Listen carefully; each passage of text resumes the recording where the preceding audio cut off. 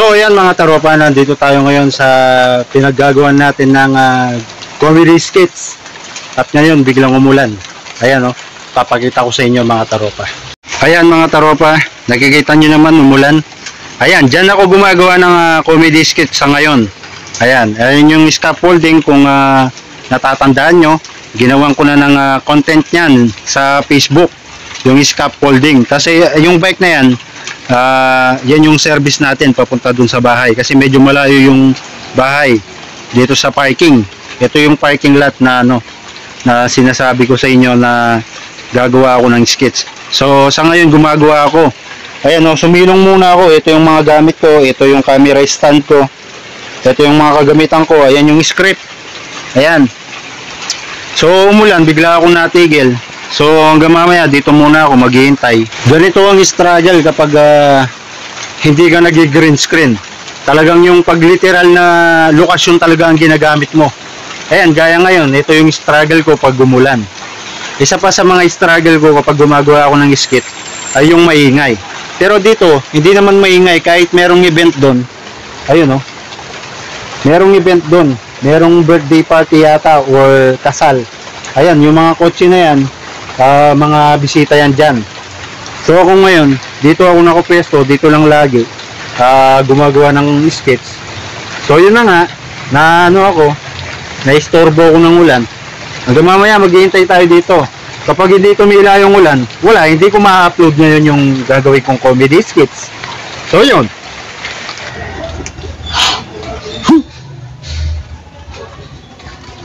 Sige, halika rito, tumesting ka. Lapit!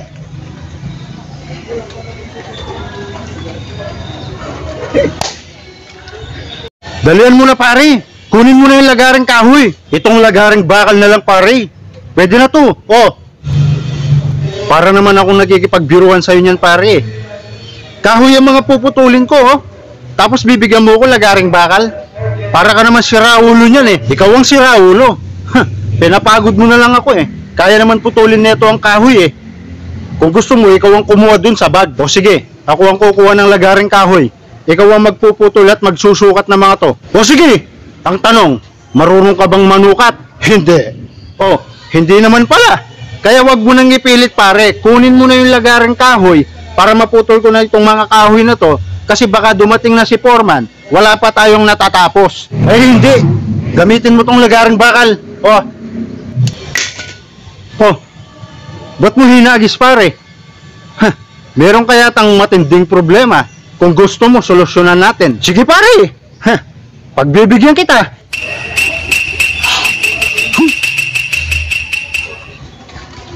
Sige, halika rito, tumesting ka. Aba! Pumurma ka pa Siguraduhin mong tatama ka Lapit! Ikaw ang lumapit.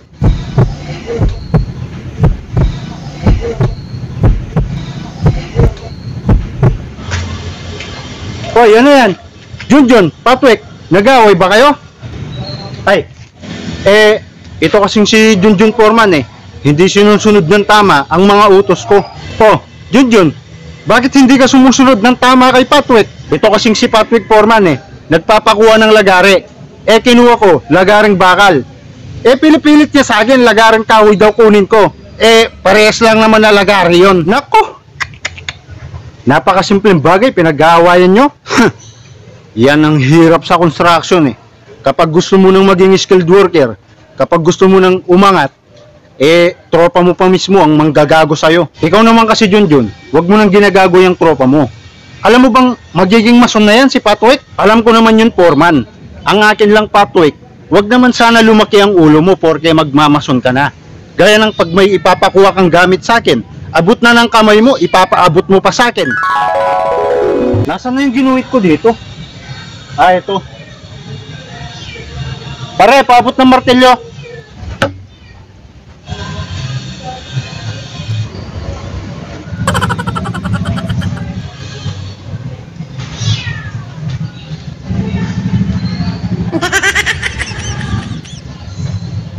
Bullshit na yan.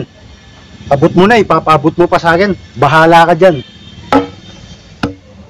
Wala kayong pinagkaiba ni Foreman. Oh, ba't nadamay ako dyan? Simula ngayong araw, hindi nyo na ako mauto. Matalino na ako ngayon. Ha? Tandaan nyo yan. O siya. Sige na. Kung matalino ka na, pakuha nga ako ng hulog pataas. O sige, Foreman. Hulog pataas lang. Napakadali lang. Ito, Ito, Foreman, Aba, matalino nga.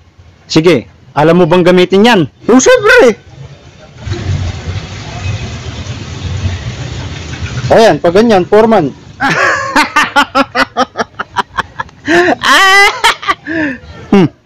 Ba't ko tumatawa, pare? Sige nga, ipaliwanag mo nga sa akin kung bakit ganyan. Dahil dito sa bakal niya, Foreman. Kasi para siyang arrow. Tapos yung arrow niya nakatutok sa taas. Kaya tinawag siyang hulog pataas. Araw daw.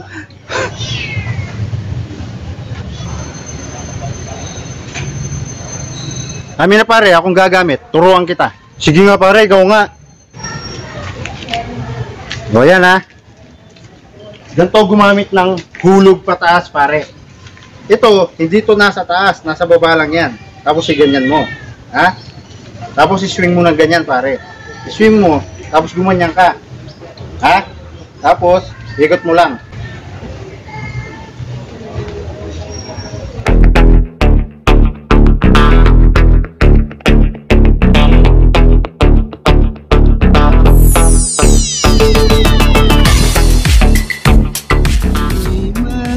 Sama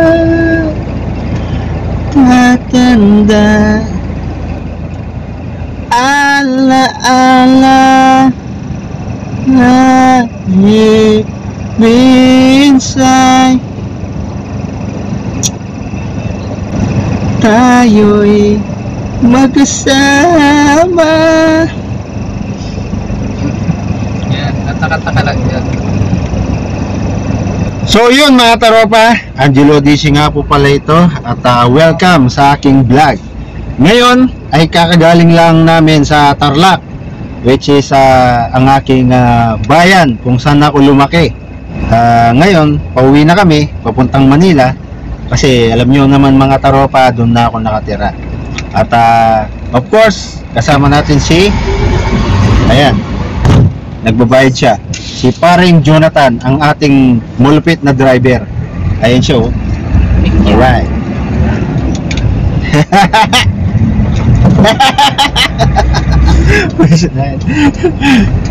Kung di nyo nalalaman mga taropa, magmula kanina pinag-uusapan namin ni paring Jonathan yung mga posibilidad na kapag nagkapera na kami, kapag nakaipon na kami ng pera, ng malaking pera, ano kaya ang mga posibleng maging negosyo namin. Ang naisip kong negosyo na bagay sa akin at hilig ko talaga. Yun. Kailangan may passionate pa. Ang hilig ko talagang negosyo mga taropa is about sa construction. Ano ba yun? Di hardware. Una na dyan, hardware. Tapos pangalawa, mga real estate, yung mga pahupahan mga taropa. At syempre, yung mga pahupahan na yun, ako mismo ang gagawa, ako mismo ang magpaplano. Tapos, basta yung mga hindi nag-expire na mga negosyo, yung malayong malayo kang malugi. Gets nyo ba mga taropa? Yun. Halimbawa na yung real estate, paupahan, hardware, yung mga kagamitan sa pang-construction. Tapos, sa kagamitan sa mga motorsiklo at saka mga kotse. Motor shop. Yun. Motor shop at saka car shop. Sa car wash. Yun. Kasi alam nyo mga taropa, medyo pinag-aaralan ko na. Habang maaga, pinag-aaralan ko na kung paano patakbuhin yung mga negosyong nabanggit ko. Kasi alam nyo naman, patuloy tayong gumagalaw, patuloy tayong nag-hustle sa buhay. At siyempre, nag-iipon na rin for the future. At yun na nga, kapag nakapag-ipon, eh yun yung mga una at susubukan kong negosyo. Una at huli. Alright, una at huli. Yun. Huli kayo pakasdaw. Minsan kaya huli na. Yung iba naman mga taropa, eh ang unang naiisip nila sa pagnenegosyo ay pagkain. Gaya ng mga parisan, ng mga karinderya, ng mga fast food, na mga mayayaman na nagpa-franchise, ng gaya ng mga Jollibee, McDo. Eh ako siguro mga taropa, eh ihuhuli ko na lang yung mga yon. Siguro kapag nakapagtayo na ako ng mga negosyong nabanggit ko kanina, yung real estate, paupahan, at saka yung mga piyesa ng motor, piyesa ng kotse, car wash, mga ganon na mga negosyong hindi nag-expire, siguro mag-iipon muna ako ulit sa mga kinikita ko sa mga negosyong yon. At yung mga kinita ko, yung mga naipon ko doon, ay ipang-i-invest ko doon sa mga kainan, sa mga fast food, di ba? Kasi once na malugi man, once na hindi magustuhan ng tao yung recipe na ihahanda ko sa kanila, kasi nga, di ba, sariling recipe yan pagkain ng usapan. O malay mo, yung sa atin, eh hindi pumatok. Hindi naman sa pagiging negative thinking mga taropa, eh nagiging advance lang tayo sa pwedeng mangyari. Kaya uunahin ko yung mga negosyong hindi nag-i-expire. At yung mga nag-i-expire na negosyo, gaya ng mga pagkain na pabanis yan, eh sa hulihan na lang siguro. Alright? Mahabol na lang siguro. Pero ang focus talaga yung mga negosyo hindi nag-i-expire. Yan. Paulit-ulit na lang tayo. Alright. So yun lang mga tropa. Binigyan ko lang kayo ng idea na kung sakaling ako'y palarin, makaipon, eh yun yung mga mabibigyo nyo na, may imagine nyo na magiging negosyo ko. So yun lang. Maraming salamat.